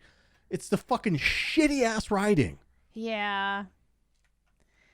Yeah, I remember you telling me about it. It does not sound good. I do want to still try it. I'll probably pick it up when it's on sale. I don't often make $60 mistakes that I'm unaware of. You know what I mean? Yeah. Like, usually I buy a game going, yeah, this is a big gamble. Like, fuck it. I thought this was a shoo-in. Yeah, I think a lot of because people Dishonored guys, everyone raved about it. Yeah. Everyone still does. What am I missing? Okay, we can move on. Okay, we can move on. Are you okay? Do you need a hug? I feel like you need a hug after that one. I need so many hugs, it's not physically possible. I'll text your lady friend to help Appreciate it. She probably heard that because I'm yelling. Probably. She's trying to sleep. No, noise laws don't kick in until 10. We're good. Oh, you got like 10 minutes. We got 10 minutes. Yeah. Okay, so games. This is the one that I also added this year. Games/genre that you fell in love with that you didn't expect to, and I kind of already figure what yours is. Is it Valheim? Yeah, I mean it's survival craft sims. Yeah, it's those. It's Grounded. It's Valheim. Those are the ones. Those are the ones. Yep. Right there, officer. Those are the ones. That's them right there. The games where I threw. These are the genres you're looking for. All right, that's fair. That's anything you want to add to it that you haven't already said? I don't think so. I mean, I'm gonna keep playing them. I bought the Raft. We both did, actually. Wait, you bought Raft? Yeah. I didn't tell you that? No. I thought I did. Oh. We're gonna go. I gotta find a date to go on a double date, and we'll do a Raft date. It'll be fun. Okay. All right. Sounds good. Yeah, I'm experimenting. You know, it's open the floodgates. I'm fucking flood them in. Let's see. I'm willing to spend money on them. Let them in. And see, I'm even willing to not like them. Okay. But so far, we're batting pretty good, like an 800 or something. 810%. Okay, that's fair. I think mine for this year was definitely arena shooters. Like I've talked about before, Devil's Daggers just unlocked something in me, and I went searching on the internet looking for more, which led me to like the Dark Forest and then that other druid one, I can't even say the name, and then Post Void, and Post Void has just been so satisfying this week. Just fucking just giving her, and I love it. I 120 million% love it, and I'm looking for more. And next Umbra, I was playing that today when I was like right before work, and I was like, you know what, I got like 30 minutes. I'm gonna go fucking slam my head against this nightmare fuel of a game and get descended into the heavens when the fucking skeleton fucking fairies come to murder me. It's gonna be great. What could go wrong? So yeah, that's definitely been mine this year. I kind of next year, I think I want to try to get more into story-driven games. Okay. It's gonna. Forgotten City is a great place to start. Let me tell you. I figured as much. Okay, so the next one that we have on our list was, I believe this one was given to us by Gaben. Mr. Gabe. Gaben? Yeah, Gaben. Gabe. Oh, shit. I'm kidding. Gabe Newell submitted a question. Friend of the podcast. No. Gabe. That was Gabe Gonzo. Gabe Gonzo. So what game that you played and or beat this year, each of you guys would love to see a sequel for? I'll let you go first.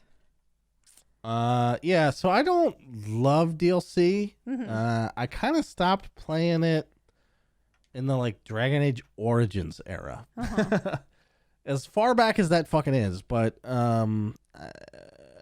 like some of it's good, and I'll sort of sometimes, like, if I like the game enough, I'll do enough research to, you know, determine if I really need to play it or whatever. Yeah. But usually I'm like, if you liked it that much, creators of the game, you should have put it in the game. Yeah. Because I'm just moving on.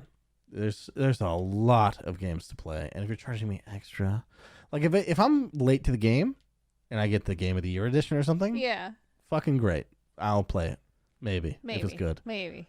But most of the time, I don't even consider it. It's not even in my mind. Like Pillars 1 and 2, Pillars of Eternity. I fucking love these games. I've not played a second of DLC because I'm like, the narrative is what it is. Like they set it up and they finished it, unlike Dead Space 3. So I'm just playing that package, right? Yeah, right. I don't really feel the need to go to this side shit, because it is side shit. Even if it's an expansion, it's a side thing, and I don't have, like, maybe with Pillars I'll do it because I feel a strong connection to that world. Yeah. But with most games, it's just a no.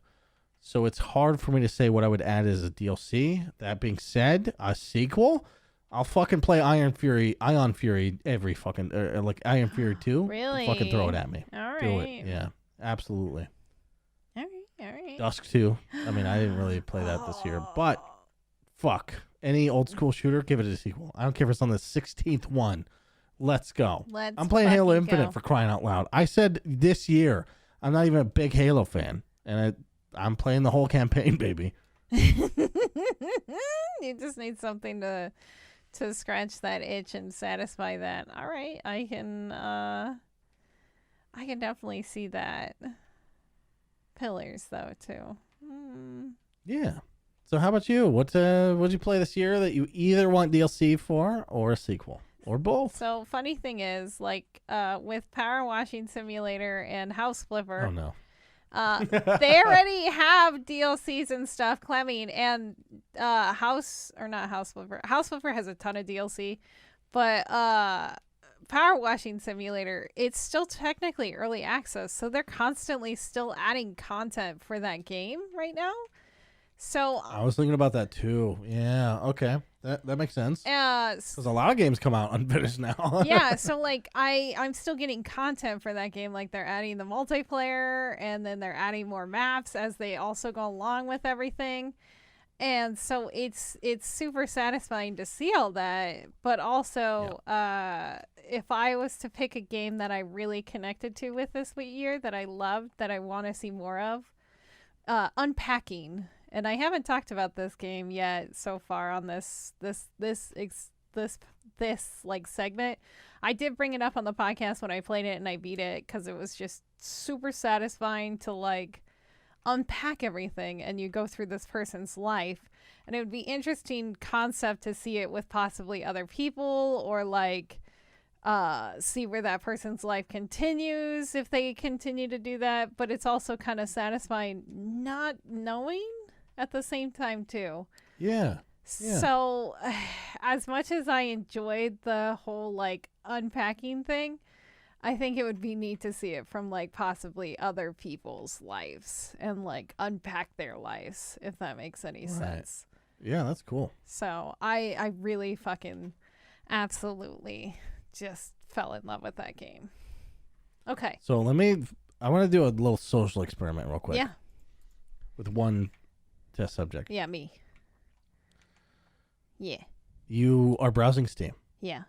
You come across a game that's the perfect genre for you. You love that genre. Yeah. It looks good. The art looks good. You watch the trailer. It's engaging. It looks nice. It's the sound design seems good. The reviews are positive. You're feeling good about the game. Yeah. And then you scroll down and it says early access. How does that influence you at all? Does not deter me at all. Damn, really? It doesn't affect me. No, I always like to give the chance because, like, a lot of some of my. So it doesn't make me, and this I just want to clarify. It doesn't make me not want to play the game, 100%. I mean, unless I was like kind of lukewarm on it anyway. Yeah. But it does bring it down. Like my hype is like, oh, yeah. I guess my expectations do change a little bit.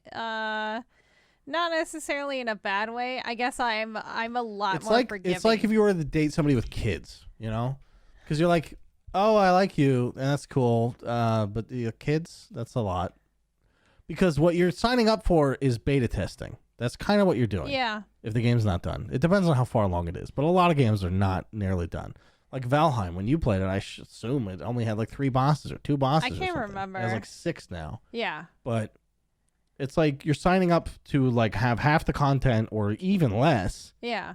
And then support it, basically. It's like kickstarting almost. Yeah, it is like kickstarting, honestly. But you get access to the game, you get to see it, and then you also get to see like the changes and like But I guess maybe that you have maybe more experience with early sticking access. with a game over a long period of time. So my biggest thing with early access games is I tend to be a lot more forgiving of those early access games, but also on top of that, that's the point. That's like the design of it. Yeah, I tend to also give feedback, and the thing about it is, see, I don't have time for that. Like, my feedback's on my podcast. You can listen to it or not, you fucks.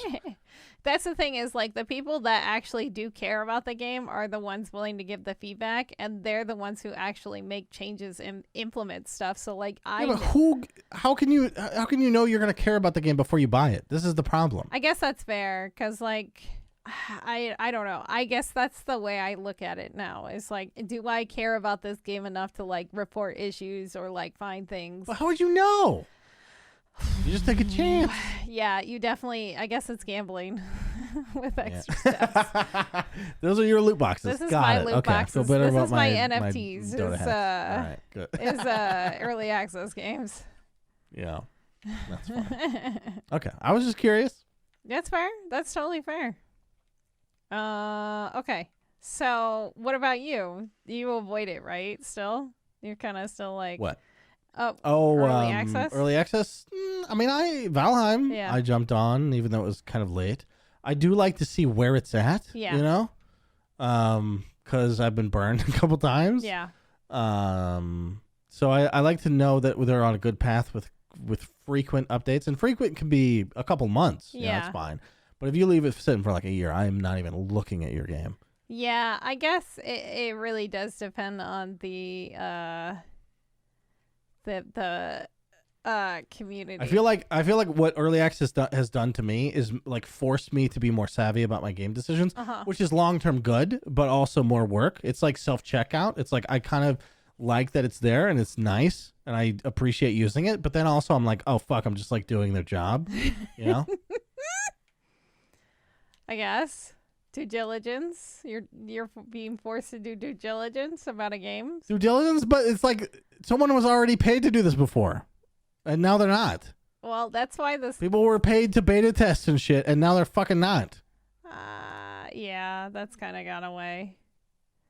So it's like it's probably where it has to go, but also I'm a little like not 100% on board, even though I've bought plenty of early access games. Yeah, it's just like it's a lingering pet peeve that'll probably go away over time, just because it has to. I think. Yeah, with how many games are coming out and shit, just like and like where you find your audience, it'll just do it. So the market dictates in that way. Yeah, you know? it definitely helps, and like also getting feedback from the community and like changing the direction of your game and like for the better can also be good too. Like I also worry because there's a mission statement on every. Jesus Christ, this is going along way longer than I thought it was going to. It's totally fine because it's good discussion. Yeah. But my other hesitation about it is that they have a mission statement on every, like, I think Steam forces you to have a mission statement about why you're early access. And they're literally all, like, you could copy paste them and they're all the fucking same, which is like, well, our community is really great. You don't have one yet when you're writing that. You don't have one. Yeah. No. So you don't know what your community is like. No. Number one. Number two, there's too many cooks, right? That's a theory. Yeah. And fucking camels or a horse designed by committee. Like, fuck that.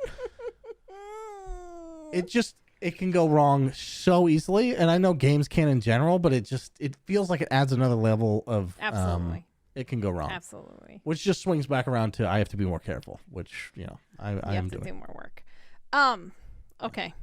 Let's Are we done? Yeah, let's scurry along because this is turning into the longest podcast ever.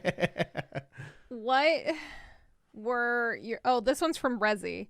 What were your guys' hidden gems this year, and what games do you think not many people play that they know of that should give a shot? People know of that they should give a shot. Yeah. So yeah, I have a good one. Yeah. Mentioned it earlier. Teamfight Manager. Teamfight Manager. I don't think very many people have heard of that. I've never heard of it until you mentioned it. I really don't think people have heard of it. No. I think it came out like in December of this year, so hasn't really had a chance to grab hold of people. But yeah, I've never seen anyone else play it, and it's really good. If you are on the fence about sports shit, but you like esports, pretty good. Okay.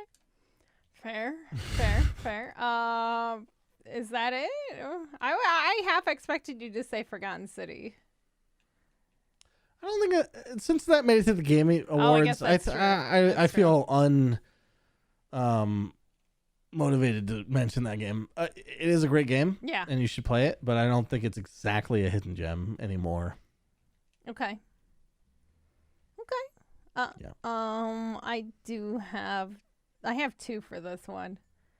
So I wish I had two. I feel like I didn't. I didn't play enough hidden gems this year. Maybe that's something I should put on my list for next year. Hidden gems, aka indie games. Dig in the dirt. Fucking aka early access garbage. Early access garbage, or possibly gems. You got to find a few turds. Yeah, but you have to wade through some garbage, you know. Yeah, that's true. So my two were Eldest Souls, which I already talked about, and I think it's great. Not very many people, even on my Steam list, have it. I have a bunch of friends that want it, but they don't own it. I think. Well, they should buy it. What the fuck? They should buy it. And I think the trailer didn't do them very much justice because they added like all this anime stuff to it, like these anime cutscenes to the trailer that aren't even in the game. And I thought it was really dumb because that's stupid. It takes what the fuck? It takes away from like the very visual pixel art because I think the pixel art is gorgeous and it just kind of takes away from it. I don't know. It's weird. But that one, and also this one's because it's really fucking cute and it's really fucking meta. But Turnip Boy commits tax fraud. It's really cute and indie and stupid and hilarious. It's just this dumb little fucking gem that I found on accident and ended up absolutely just having a blast streaming that, and just I lost my shit every few minutes, like because something stupid was happening or there was like a meme reference and I'm like, oh, that's fucking great. And so it's just really cheesy and kind of gimmicky, and I loved it. Okay. I absolutely loved it. Loved it. Okay, so now you want to do our top 10 list? Absolutely I do. I don't have this in any particular order, I'll be honest. That's okay. You didn't last year either. I don't think I did last year, no. I have a hard time picking things, okay? That's totally fine. Mine are in a rough order. Let's say that. Okay. What's yours? Oh, we can list them off as 1, 2, 3, 4, through 10, but it doesn't have to be like a. Okay. I'm married to this being number 2 or 1 or whatever. Yeah. Yeah, I think that's fine. Do you want to say real quick? I think you have before, but just how many games you beat this year? I didn't count. How many games you beat? Yeah, I didn't count. Oh, I thought you did. I didn't keep track of it. I know I did beat quite a few. I would probably guesstimate that I beat around. What the fuck? I know. I think after like the thing last year and like losing momentum this year, I just stopped keeping track of it all. It's still really fun to keep track. You should. I shouldn't. I'm gonna do it. Everyone next time. should, by the way. Even if you don't have a podcast, I've been doing this since like 2014. It's really fun just to like know what you've checked off. And next year, I'm gonna keep track of the games I played and didn't beat. Oh yeah, that's what I think I'm gonna do next year. But I did keep like a rough estimate. I think it's around like 30 games that I beat this year, 30 to 40, somewhere in there. It's pretty good. Hell yeah. It's not bad, but I could have definitely done better. Like I mean, you can, but it's not the ultimate. Unless we're doing the challenge, which we're never doing again. But yeah, I don't think it's like the ultimate goal. I don't think it's like to raise it year over year, but yeah. I think it's fun to look at. Yeah. Just like the games and even what day you beat it. I think it's like a fun progression thing to look at. It's just, I don't know. For me, it seems fun. Yeah, I definitely do regret not keeping better track of it this year than I did last year, but I also didn't want to stress myself out because like I wasn't paying attention to like my community and like I wasn't playing as much Minecraft. And Minecraft this year did take up a lot of time with like making trailers and all this other stuff. Yeah, but 30's stuff. good. Like this is great. It's awesome. Yeah, I know. It's like more than double the games I play. Or beat rather. Fair enough. I play a lot of short games. I only beat 12 games this year. That's not too bad. Honestly. Yeah, it's like once a month. Yeah. Once and done. Yeah. And considering fucking Pillars of Eternity 2 was one of them, which is like 60 hours long. Yeah, that is a long fucking game. Okie dokie. Let's have you do your 10 first. All right. Start with number 10? Yeah, sure. Start from the bottom. Singularity. I mentioned this briefly as one of my shooters of the year. Yeah. This game I knew about for a long time. It came out on the 360. And I even played it a little bit, and I thought it was kind of garbage. Oh, okay. And then I played it again this year, and I think I'm realizing I was just... I don't know what it was exactly back then, because it's a long time ago. I don't remember exactly the fucking hour I played this game. Yeah. But knowing me, I was probably just being a stubborn idiot about like one weird thing about the game. Yeah. And I let it go this time, and it's fucking great. It's awesome. I really like the story. It's got time powers that can turn your enemies to skeletons or turn their cover to crumbs. It's great. Okay. So, yeah, Singularity. Number 10. Okay. Time loops. It's the year of time. Time loops. My turn? Time loops. Are we going to go back and forth? Yep. Yeah. Devil's Daggers. Devil's Daggers. Hey, baby. Yeah, do I need to say more? It's great. No, you really don't. Yeah. But you should. I go pew pew. No, it's so good. It's so fucking good. Mm-hmm. Okay. Yeah. Also, casual competition with your Steam friends, pretty good. I want to play more games with that. Yeah, I love that little like, hey, be like, hey, you're on the leaderboard. None of your friends are. They suck. Suck it, friends. Okay. What was your number 9? Number 9. 12 minutes. Okay. I thought this game was going to rank higher when I played it. Mm-hmm. And it does if I only count games that come out this year. It's like number 2 or something. 3 maybe. But yeah, it's a great fucking game. You should play it. You should play it. Or maybe not. Everyone else hates it, so I don't know. By the way, watch Palm Springs on Hulu. Oh, okay. I'll get on that. Is it time loops? For more time loopy stuff. Yeah. Yeah. Okay. My number 9 is Binding of Isaac. I can't stop. The Ragey Time Sink. Ragey Time Sink. 400 hours. 420 hours. Jesus Christ. Yeah, I know. Maybe I should try that game. Don't do it. Okay. Don't do it. I am getting really into roguelites right now. I think I'm like on the cusp of just getting fucking 100 hours into Returnal or something. Oh shit. Okay. Do it. All right. What's your number 8? Number 8 is Half-Life Alyx. And before you say it, the only reason it's not higher is because I didn't do her justice this year.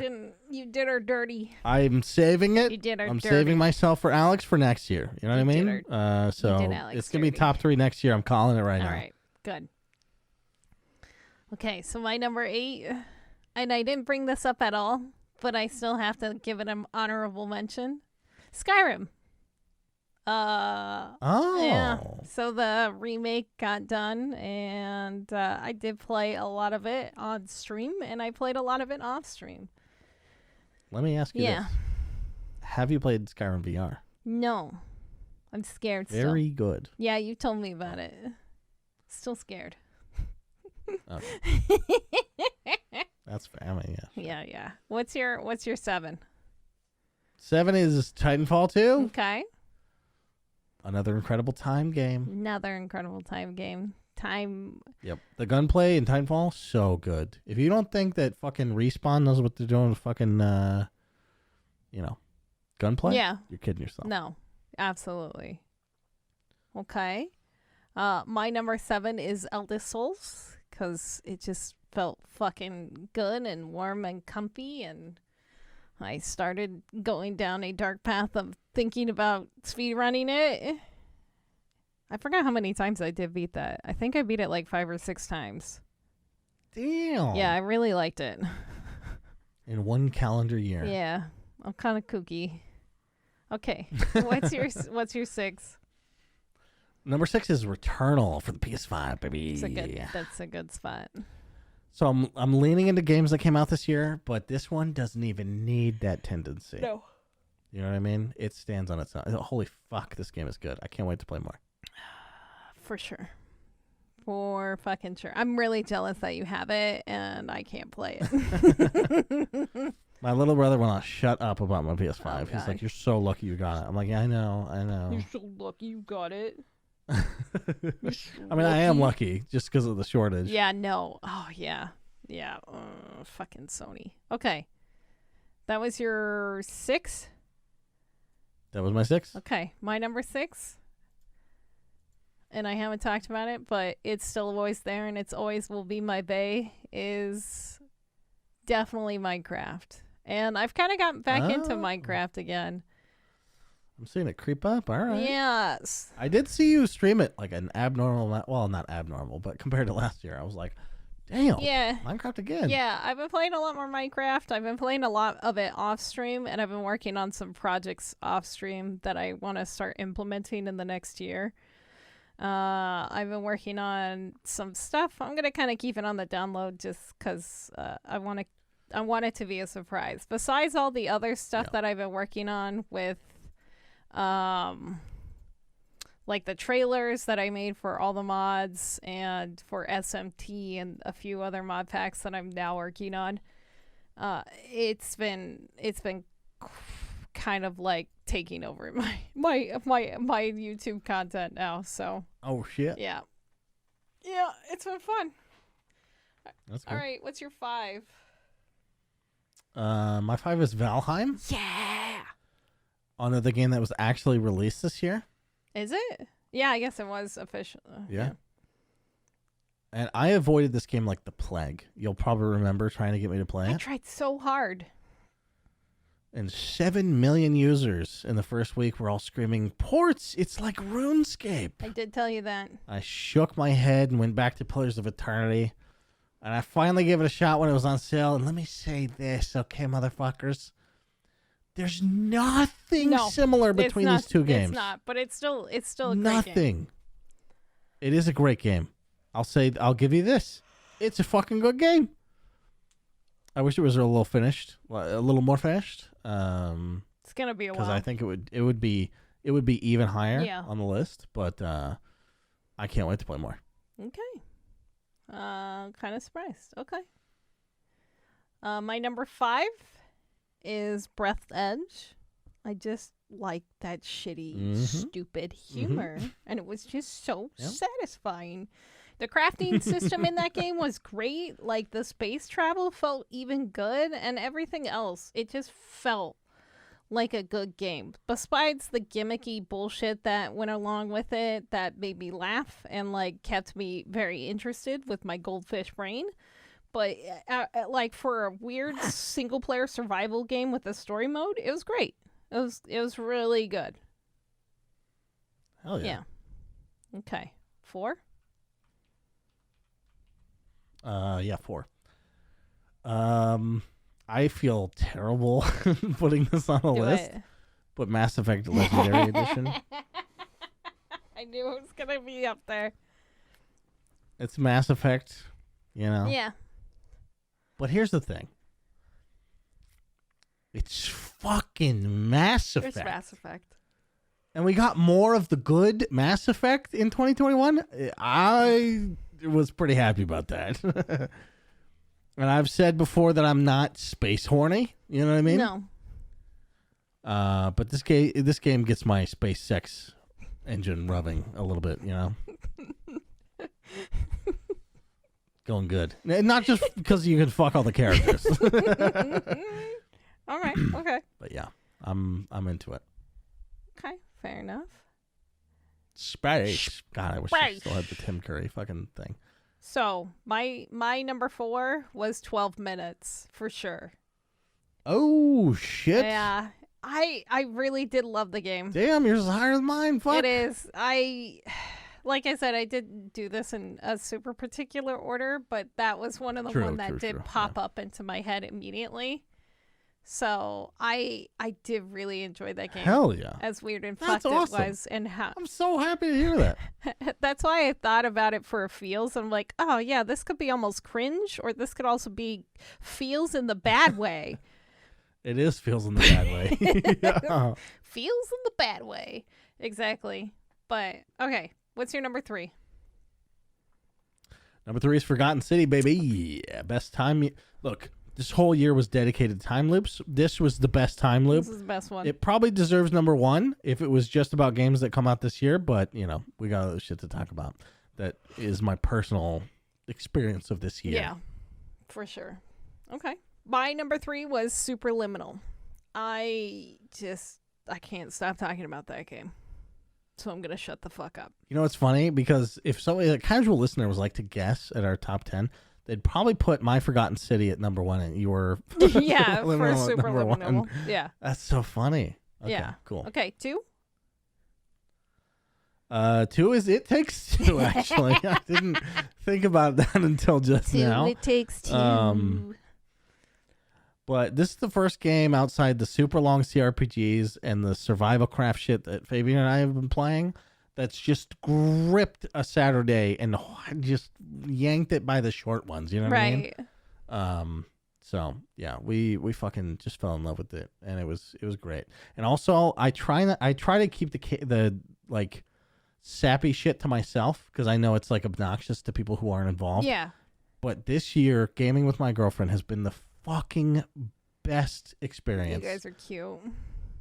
It's really good. And I don't like playing games with anyone more than her. Oh, that's really cute. Look, once a year, all right? I'll bring it out on the Game of the Year show, and that's it. That's fair.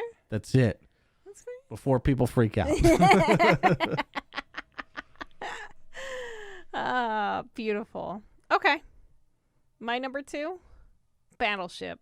I don't know what the fuck it was. I had such a good time with Battleship, and like it's so. I know. So I know. I know. It was like I was just going. There was like a one afternoon where I heard you were playing it or whatever, And then I was like, oh, that's kind of weird. And then it's like taken over discourse. Yeah, and I was playing it again a couple weeks later. So I'll have a YouTube video hopefully done by the end of the week of like our first, me and Aaron's first competition of it, and like me getting destroyed. I fucking suck that one. But the second time we played together, I fucking just, I got in his head. I got it. Yeah. Got back.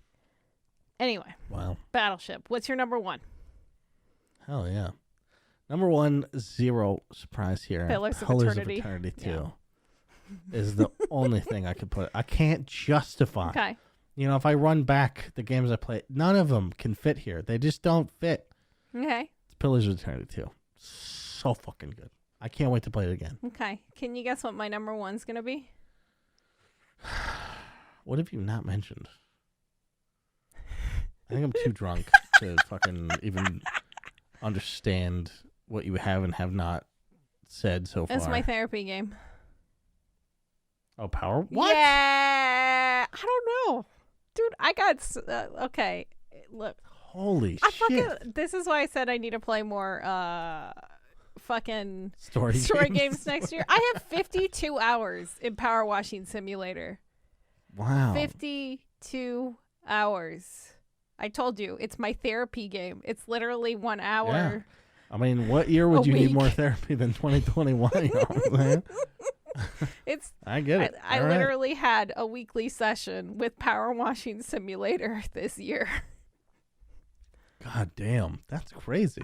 I wonder if that made anyone else's top 10. It fucking better have. If Power Washing Simulator was in your top 10, please become my best friend. And we can at EvilSpaceBunny. We can have therapy sessions together in Power Washing Simulator. Okay. So this is now a 2-hour podcast. So yeah. What are your plans for next year? My plans for next year are, unfortunately, play less games. What? Yeah. So I have some YouTube stuff that I want to do. Okay. I can respect that. So I'm probably going to slow down on playing lots of games, like different games, but I'm probably going to play the same amount of games. It's just going to be focus. A lot of the same games that aren't like Dota or RuneScape, but like just digging into some fucking single player shit. That yeah. Are you going to work on the project we talked about? The project we talked about, yeah. I will definitely be keeping notes on it, but the thing is, that's a tough first YouTube project. Yeah. So the first thing I'm going to do is like an analysis video, I think. So, okay. Not of, well, yeah. Anyway, it's hard to talk about without getting specific, but yeah. Yeah. Okay.